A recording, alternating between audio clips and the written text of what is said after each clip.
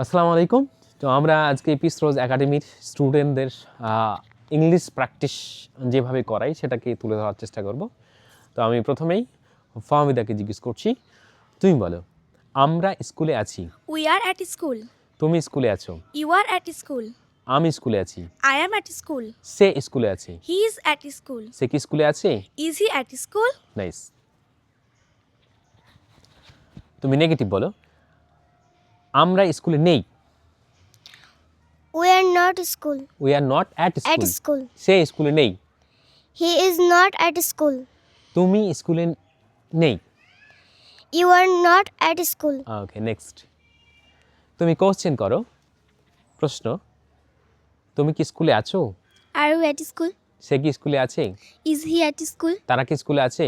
Are they at school? Nice. Next.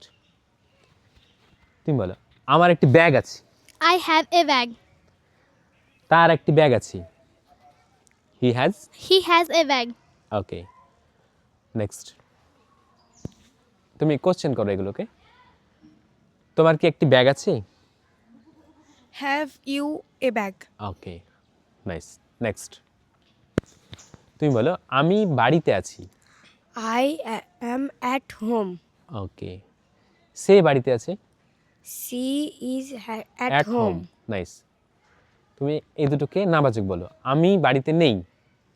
আমি বাড়িতে নেই। হ্যাঁ, I have I not. Am I am not a home. Not at home. Not at home. সে বাড়িতে নেই।